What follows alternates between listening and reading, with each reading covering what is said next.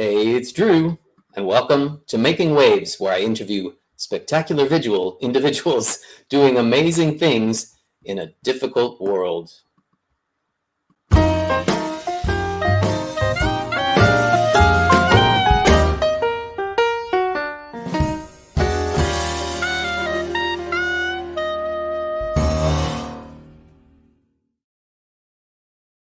little rusty today, but on today's Making Waves, artificial intelligence for copywriters, friend or foe. We're talking today with Kathryn Nenning of Kat&Carmel about how AI is changing the copywriting business.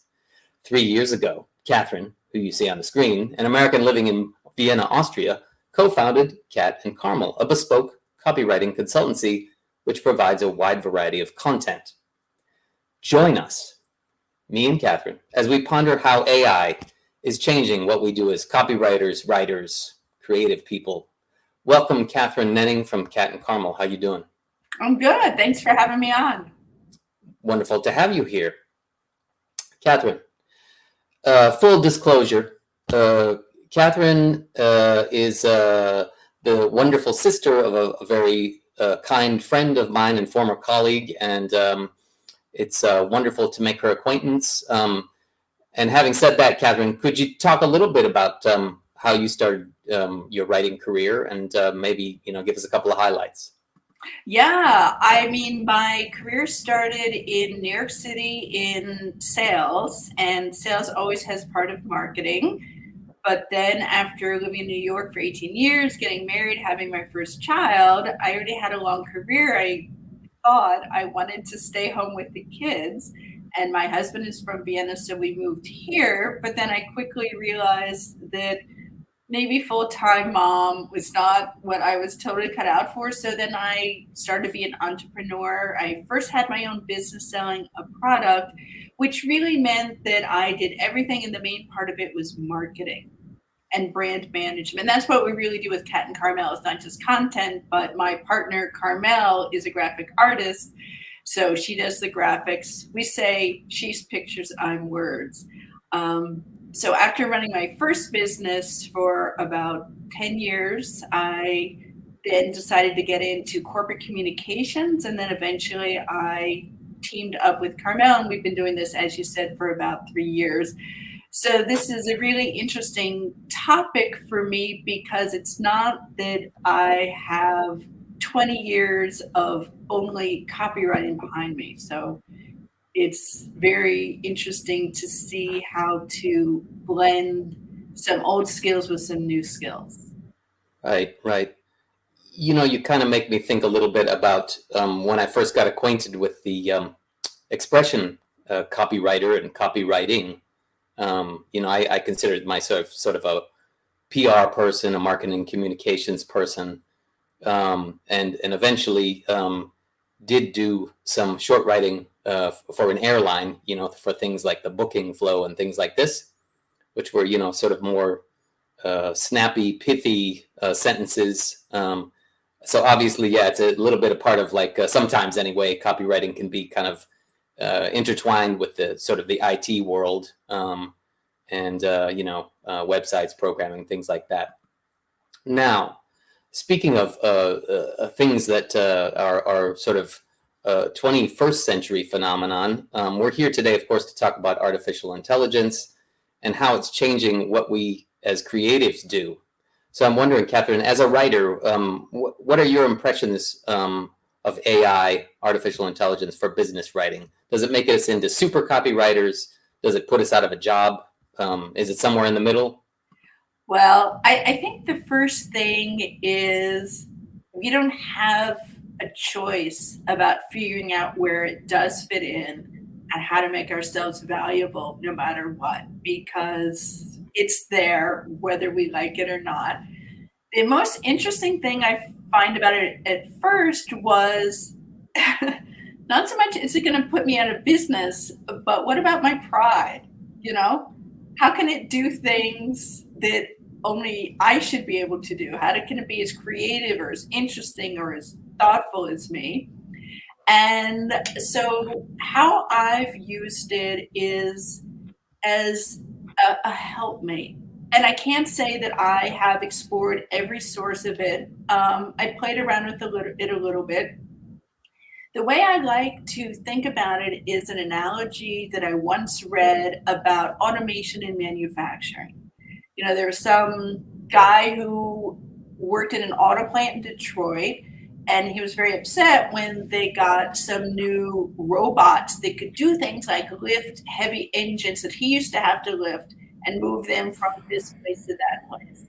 And what Right. he found was that because the automation could do one part of it, he could focus on the things that automation couldn't do. And it actually made his job better because he didn't have to do the things that really hurt his back or really weren't that interesting. They were just sort of the brute force labor. And that's how I think of artificial intelligence. How I've been using it is really in, I'd say, 4 or 5 ways. The first one is if I get stuck. I'm writing something and I'm like, I don't know, maybe it's late in the afternoon, the coffee hasn't kicked in, and I need a little booster. I'll put something in ChatGPT. I've tried that and Claude, but mostly ChatGPT. And I'll say, give me some suggestions for this, and then it'll just give me some ideas. What I find is that often it's never going to do something for me. I have never taken anything I put in ChatGPT, kept it word for word. It's mostly helped me move along. So if I'm stuck, it'll help me move along. Or if I can't even get started, sometimes I'll say, what's going on in this, space, whatever it is I need to write about. Then I have some ideas to work with. It also can give me variety. So when I have, maybe I'm not stuck, but I know I don't like a word, or I don't know like a few words in the sentence, I might first go to Merriam-Webster, to the thesaurus, and nothing will really stick. And then I usually don't think, I haven't made a habit of the ChatGPT yet, but then if I remember, oh yeah, I could go to ChatGPT, I'll go to it and I say, what's a better word for this? And then they might give me a good one. They might just make 5 suggestions. And then I have something more to play around with. And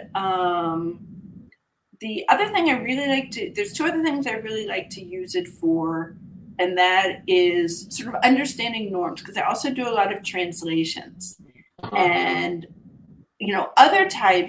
there's 2 other types of artificial intelligence I use. I do translations, and I tell all of my clients I will always first run it through a translation software. So I never pretend I'm doing it from scratch. Right. But then sometimes the way the translation software, it might be some vocabulary I'm not familiar with.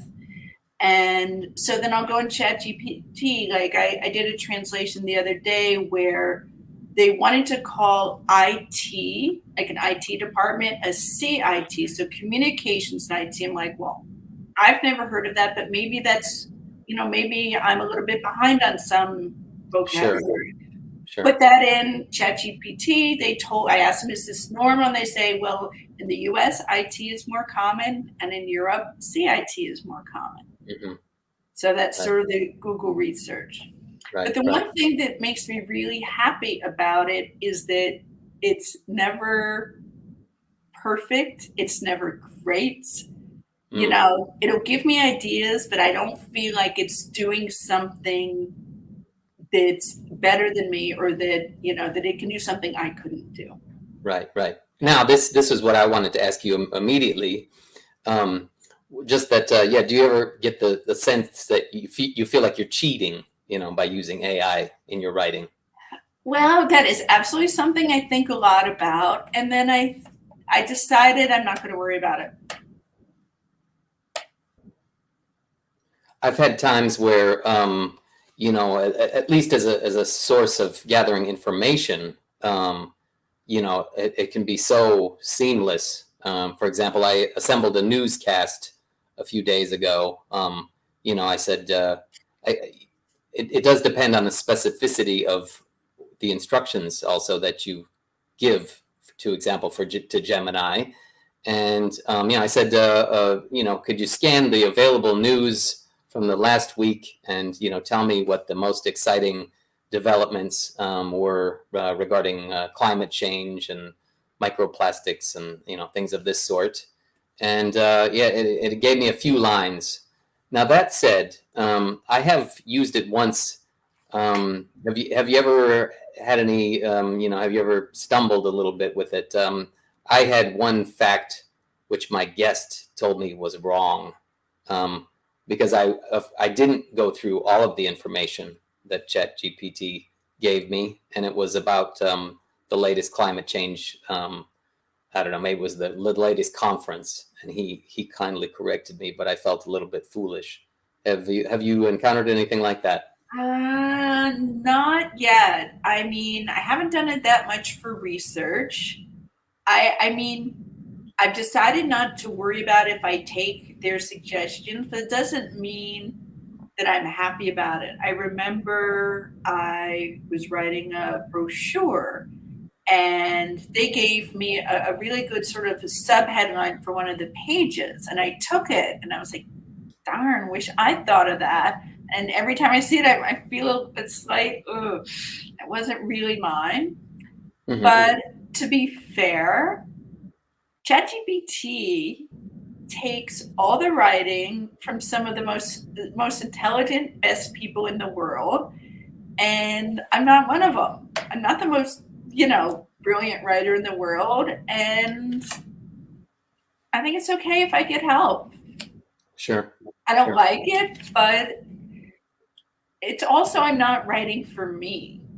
I'm not writing novels. I'm doing things for clients to make their products sound better and to help them market things and sell things. So if that's the best way to help them, I should be really happy that I'm at least giving them the best product out there.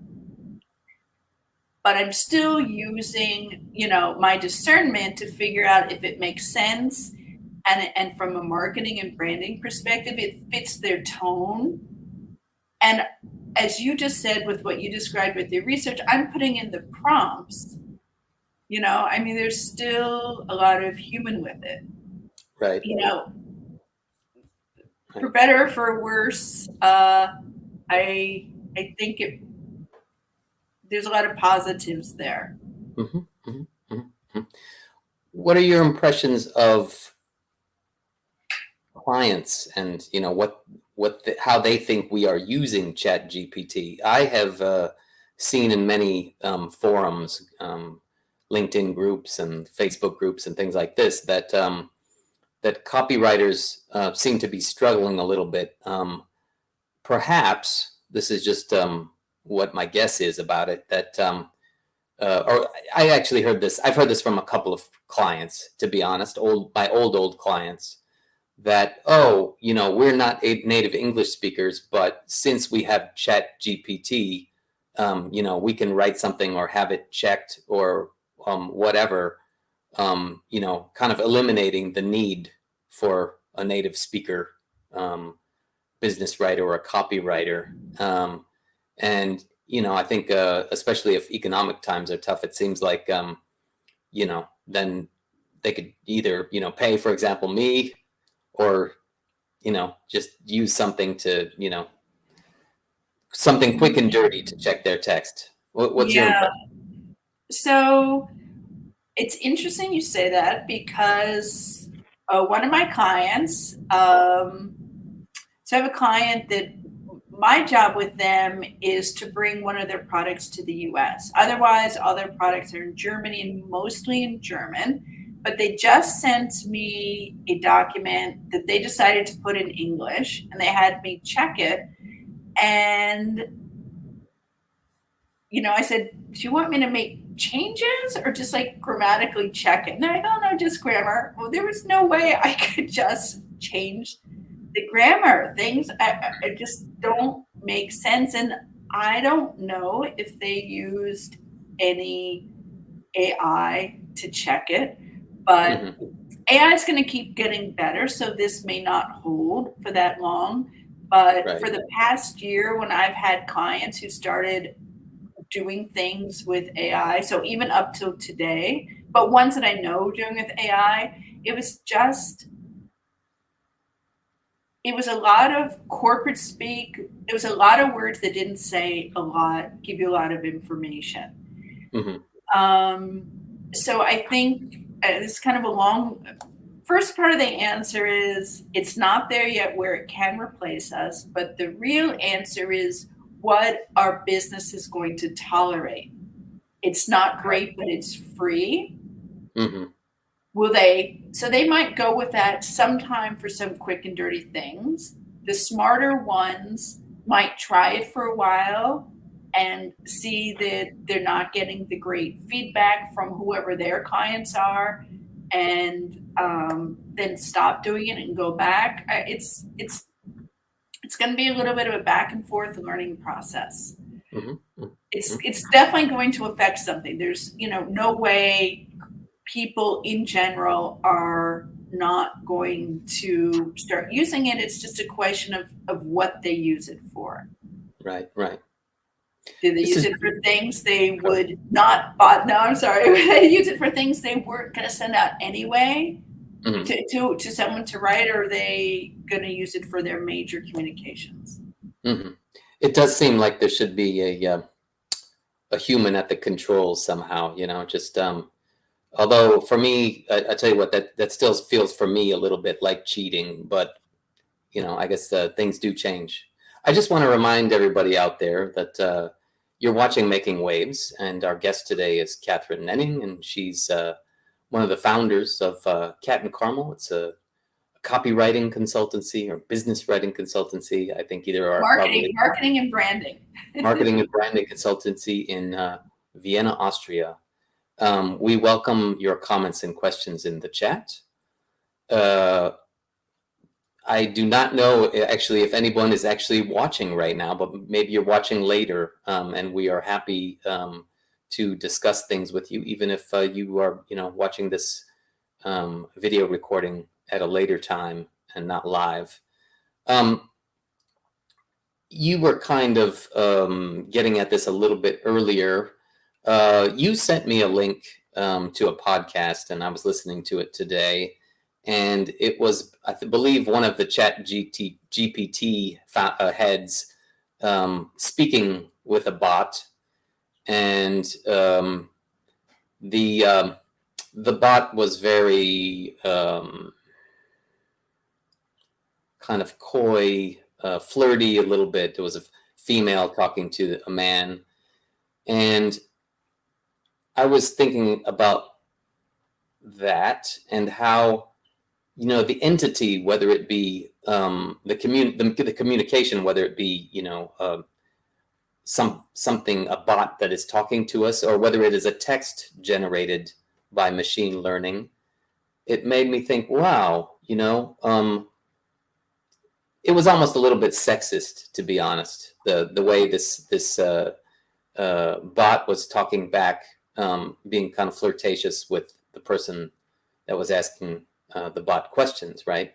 And then I was thinking, well, all of this is dependent upon the culture of the programmers, if you think about it. And the programmers could be predominantly American, for example, which means that so much of this content would be in American English, or let's say entail American values, American humor. When I thought about it that way, it seemed like a whole ball of wax that almost exerts a certain set of values on the entire universe.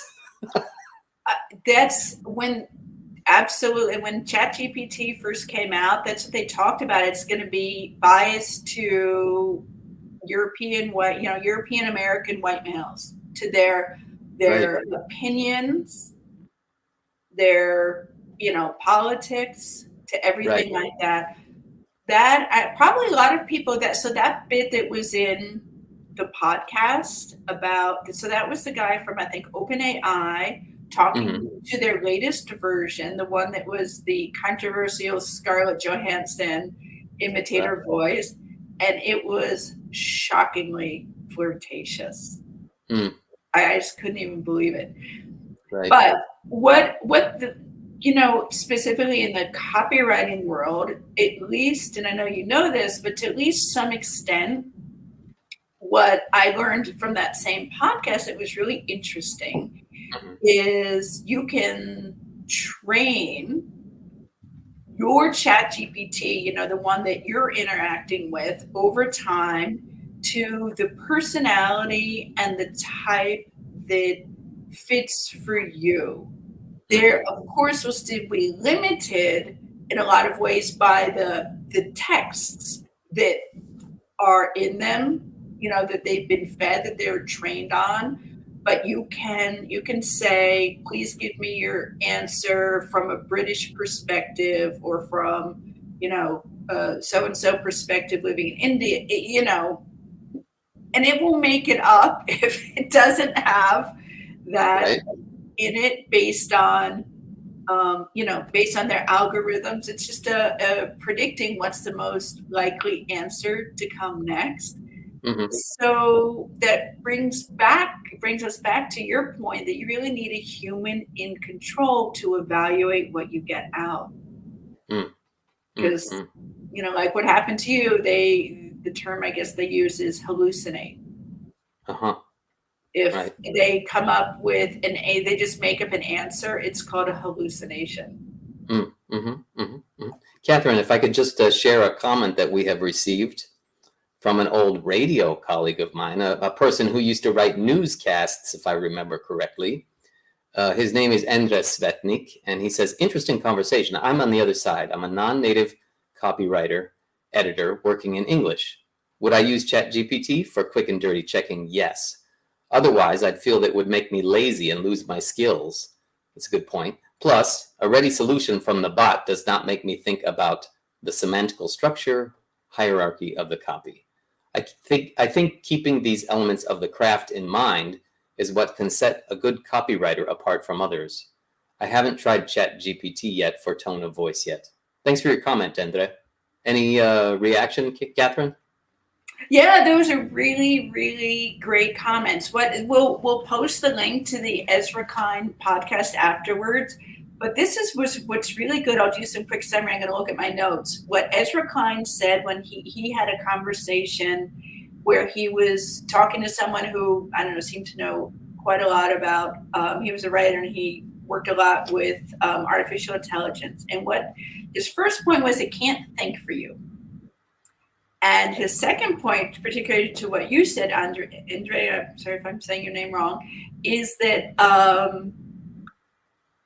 the figuring out what you want to write, you only can really figure it out doing the work. So it's sort of the same thing as can't think for you, but it can't know what you want.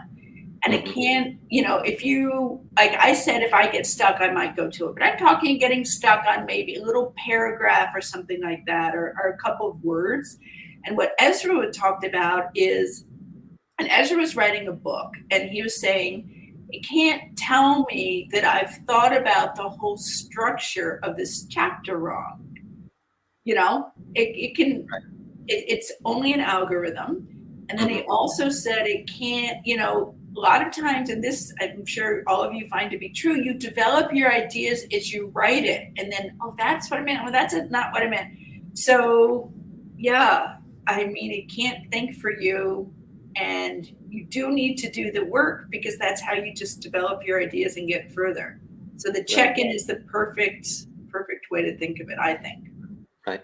Now, Kathryn, you spoke a little bit earlier about some tools that you have used. Are you subscribing to any service, and is it worth it to you?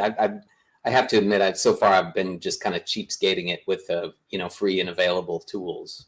What's your take? Yeah, so I started using Grammarly, the free version, I don't know, a year and a half ago, something like that. I love the free version just for proofreading. Did I accidentally leave 2 commas that I never see?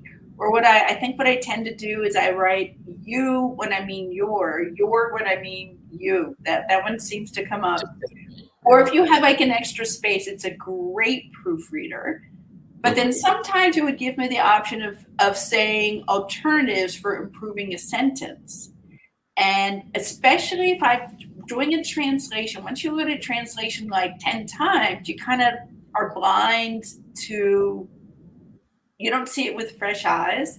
So then I got the paid version of Grammarly, and that has really helped me with giving me variety, giving me alternatives that a lot of times I reject, and then sometimes I take. Don't tell anyone, but it's Right. it's I don't know. It's $15 a month, dollars, euros, 15 euros a month, something like that, and even if I don't, and sometimes the suggestions don't work, they misunderstand things, but I really love Grammarly, and it's mostly not anything I would call cheating. Mostly it's me, but just a little fine tuned.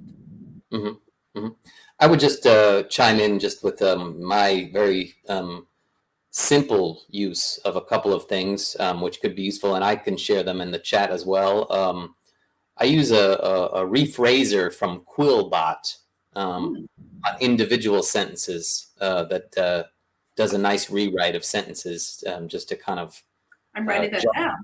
Yeah, jumble up the word order and change maybe the verb and a few of the words and expressions. So that makes me think about the sentence in a different way, which is very useful, especially when it's many times I'm also working with translations from Hungarian to English, and sometimes it's difficult to discern, like, okay, why the sentence kind of makes sense, but what is wrong with it, and it's not like you're always aware. And I think only someone who works with texts that are from a foreign language could be familiar with that. Anyway, I would like to quickly read a comment, and then after that, Kathryn Nenning and I are going to give some quick examples, some quick and dirty examples of some artificial intelligence that she has used to refine some sentences, let's say, or I don't know, maybe it mangles the sentences. We'll see. Zoltan Geda, thank you very much for joining us, Zoltan, who I believe is also a copywriter, and he says, "Hey, Kathryn, what's your stance on opportunists like the guy infamous for organizing the Willie's Chocolate Experience scam in Glasgow, Scotland, who, as I learned, published more than a dozen books using only AI, from writing to designing the book's blurbs and covers? What would you suggest honest writers should do to successfully advertise their services against opportunists who call themselves writers or copywriters just because they are proficient in prompting and can turn out copy?" And I don't see the rest of the comment, but thanks very much, Zoltan. What do you say to that, Kathryn? Yeah, I would say, that guy got caught. I think that,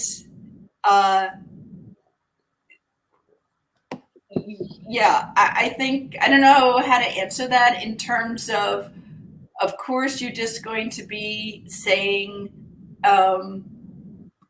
you don't use, you're a writer, use chat, and you either do or don't use it to help you. What I hope is that, you don't know how quickly this is going to go, but I guess I'm hoping people are going to take it for granted that if they're talking to someone who's a professional copywriter, has been a copywriter for a number of years, that they are at the steering wheel. So it's a really good question. I guess I just don't know how many people are going to think that someone who's a copywriter isn't going to be giving their own stuff. That said, transparency is really good. Like I said, when I do translations, I always tell people, look, I'm going to run it through an AI first.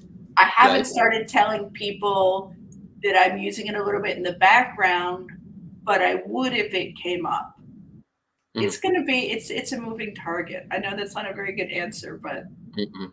hard to I say. had this stray thought from my dog walk this morning, also about this subject, just that it made me question whether AI could ever really, come up with an original thought, like an original turn of phrase, for example. Um, I thought of something that a friend used to say, and it was part of his personality. He'd say, and it's not that funny or anything, but he was a play on take it with a grain of salt. He used to say, take it with a pound of salt, you know. And so he would say this over and over and over, and that was just part of the way this person spoke. And that was, unique to him, let's say. But it makes me wonder, would AI, I mean, I guess it could eventually get to that, but would it come up with playful ways of saying things, or is it totally dependent upon deriving material from scraping the internet, and you know what I'm saying? I mean, just from Ezra Klein, it's really just an algorithm that predicts the next most likely word that would come up.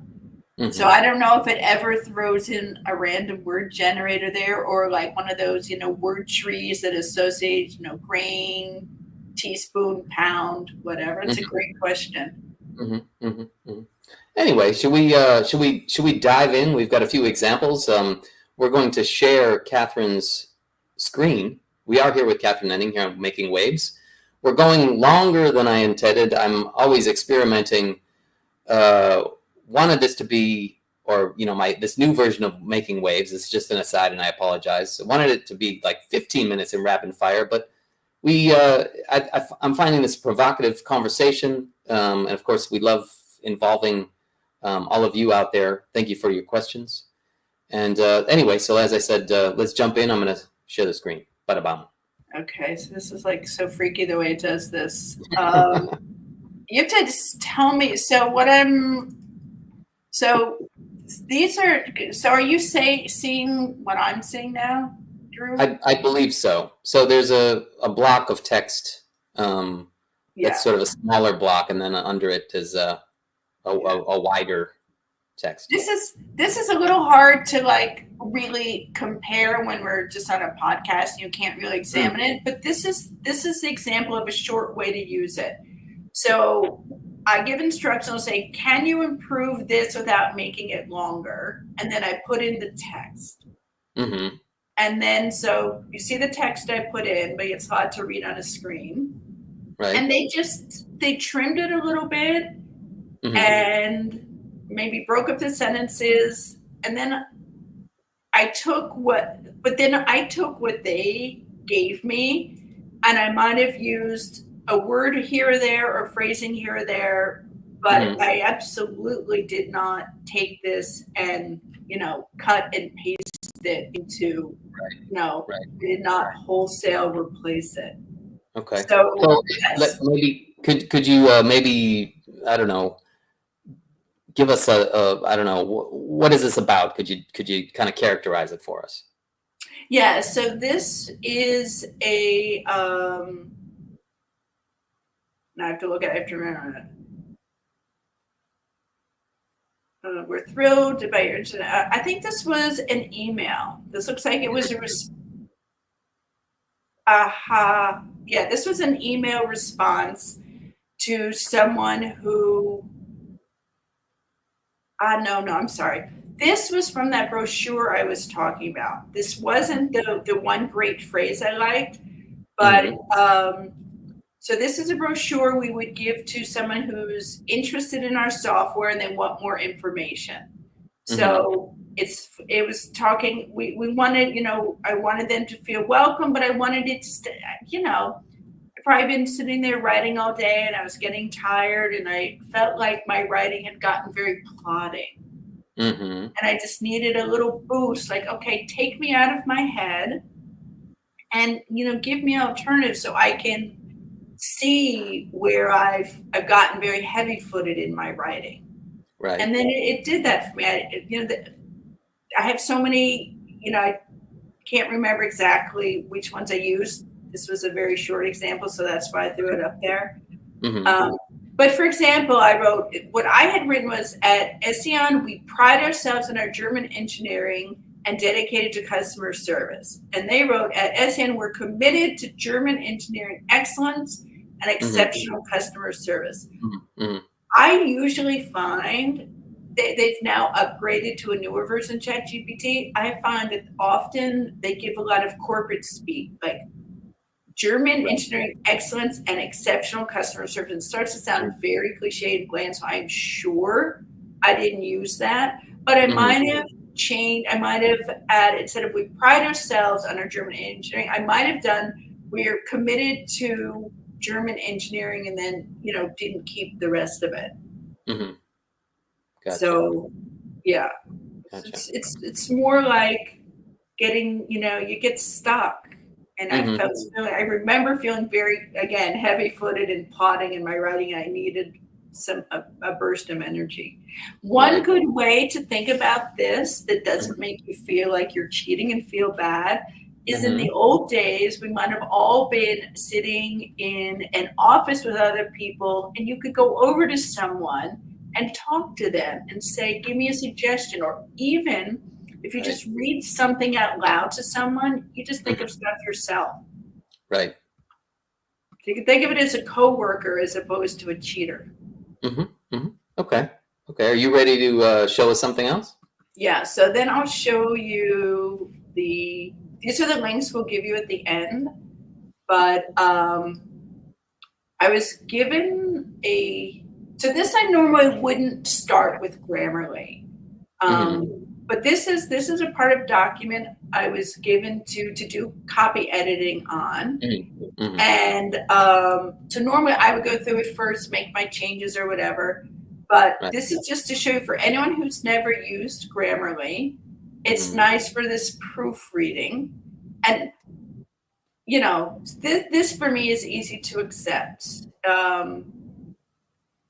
I like entirely better than fully. So I'll accept that. And a lot of times they'll highlight things that are maybe extraneous. And then so I may not accept that one. And then it might have more standards way of doing things, or it might fix some stuff. So I can accept all those. It loves the Oxford comma. So I might do that. Right. And then sometimes, that's good. That is too many words I don't need.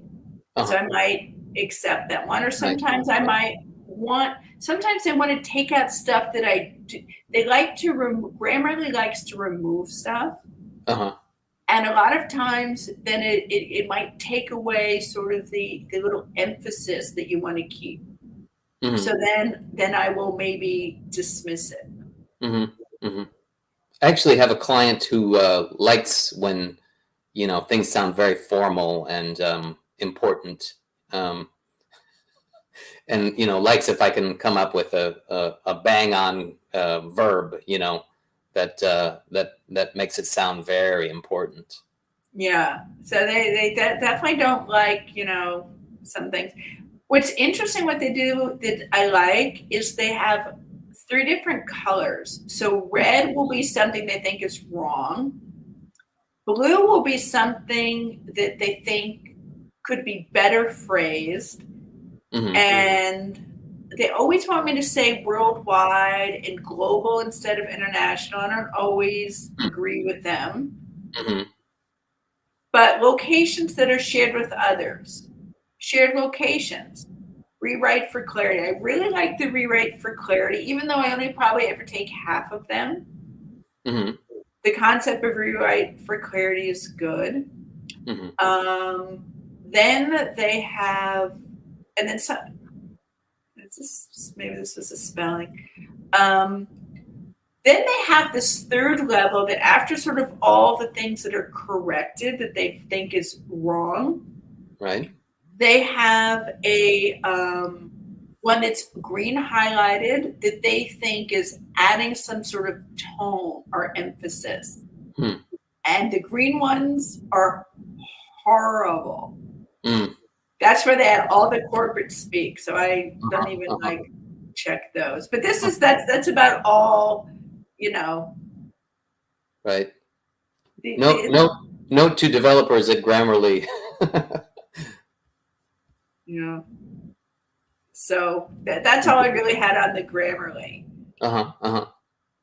What about, is there anything else you would like to show us? No, I think that's it. Those are the two main ones. Okay. We have received another comment, and thanks everybody for sticking around for today's Making Waves. We're talking about the use of AI in copywriting and business writing, etc., research, etc. We have a comment from someone who's appeared as or who was a viewer of another version of the show probably a year ago. I hope, Ping, I hope you have received work. Yongping Guao, I hope I'm pronouncing your name correctly. She writes, the use of AI tools, hold on a show. The use of AI tools has redefined the workflow of copywriting. For example, originally everything is done by copywriters, but nowadays we could use some of the tools to summarize long textual content first, and we manually put them into a structure order. Let the tool to polish, etc. Do you have any suggestions on how to build a good workflow that ensures quality? Any tools you would recommend in this workflow? Thanks for the question. I don't have a lot to say on that. Have mostly used it in the way I've talked about, where I've gotten stuck and things like that. However, Drew sent me this great article when we were talking about this that we're also going to post about talking a lot about those things, like 50 prompts you can use. And so I tried this yesterday. I put in a white paper I had written for a company I do work for, and I want to write some blogs. So I put in the white paper. You can just upload a document. And I said, can you give me suggestions for 5 blogs based on this? They did not come up.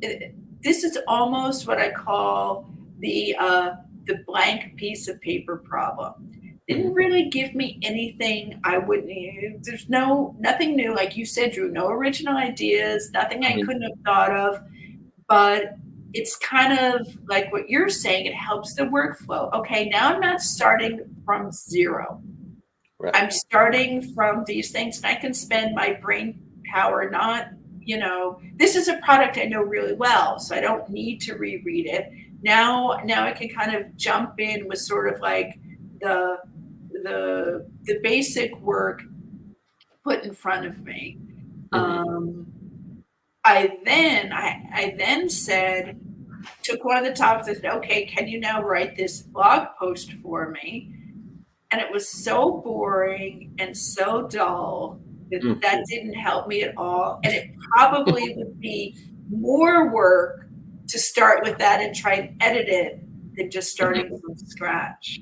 Interesting. So maybe if I went back to your point, Yongping, and said, can you just give me an outline for a blog article? That might be useful.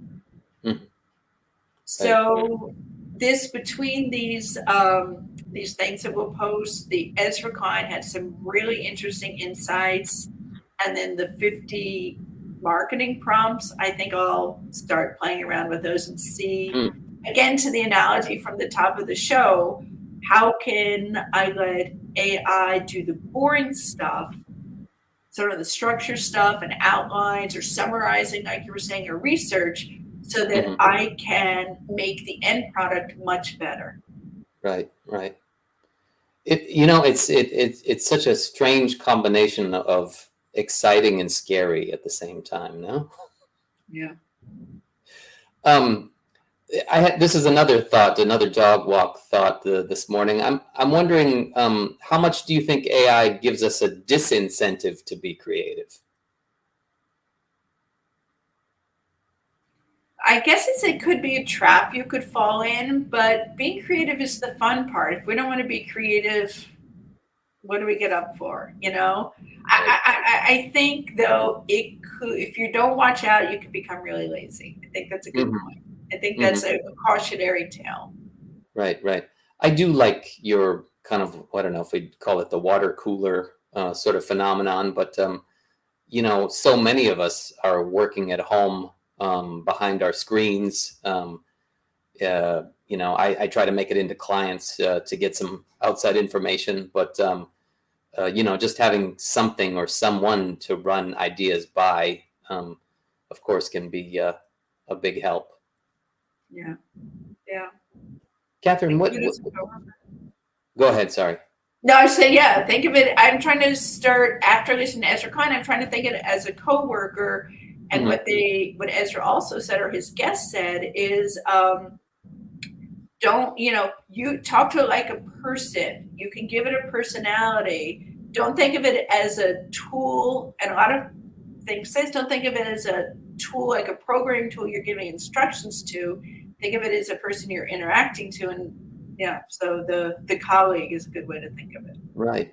Wonderful. Yeah, thanks for those thoughts. Kathryn, as we head towards the promised land, I'm wondering, maybe could you describe the approach that you would suggest for other writers, copywriters, creative people out there to make the best use out of artificial intelligence? Do you have maybe 3 rules of thumb? I don't know if I could definitely come up with one is just start playing with it. I guess the second one, which is related, is be really open to it, but also, keep your skepticism close at hand. Think of it as, Microsoft has named all their artificial intelligence things Copilot. In the article from the New Yorker, it talks a lot about this. You need to think of it as a co-pilot or a helper, not as a replacement, because then you're not thinking it's doing something for you, so it's not hurting your pride as much, and you're not completely trusting that it's going to do it right. And if you think of it as someone, okay, even just said someone, something friendly and helpful, then it's less intimidating. And then also you can feel like you remain in control. It's not taking over for you, it's helping you. It's your work buddy. It's, I don't always trust my work buddies. I'll listen to them, I'll see what they say, and then I'll still go do what I want. But keep that healthy skepticism so you don't end up lazy and you don't lose having fun, creating things yourself. You've kind of spurred a thought with me. Same thing, as we talked about if we're dealing with texts from non-native English speakers, for example, and at least I feel as a native English speaker that I'm pretty decisive in terms of what my style is. It's pretty simple. I wouldn't call it complicated at all, but I like to keep things really simple. But then it's kind of like, well, I know what I like, I know what I don't like, etc. Whereas if you were a non-native English speaker and you were using texts generated by AI, you might not be able to discern things in you haven't picked up a style in the same way that a kind of a native speaker of a language may have, if you get my point. That's sort of the worst of two worlds colliding. Someone who doesn't really know what they're saying, having text that they don't really know if it's accurate. So you have something that could be completely inaccurate without a specific style or conciseness, being judged by someone who doesn't really know where it's right or wrong. Because that is the one thing I found, is that there's a lot of, again, it's always improving, but so far it's lots of blah, blah, blah in it. A lot of corporate speak, a lot of, 3 words where you just need one. And then it ends up, people are lazy. People don't like to read. So if you give them a long sentence with a lot of extra words, you're diluting the impact. Right. So we need you and your decisive style. Well, like I said, I try, but as we we really are coming down to the line here, and I'm wondering maybe if you could think about I'm tongue-tied. What do you think decision makers, let's say managers at companies, should consider when it comes to, their content, their copy? Should they replace their copywriters with ChatGPT? Do they still need a warm body behind the controls? What's your argument, Kathryn? Well, there's the 80-20 rule. There's always going to be 20% of the people who are not going to want the quality or care about the impact, and they will do it. And then they'll get the reaction that people who also don't read stuff might fall into the trap of some of those. But I think 80% of the people will recognize when they need to use real copywriters and when they need really good content and when they can't cheat. Because I said, if I'm not taking anything, just cutting and pasting, that would be cheating. Right. Getting help from it, I consider completely valid. And I think people will base it, it's really hard to predict what's going to happen. But I think the final output is what the decision will be based on. Right.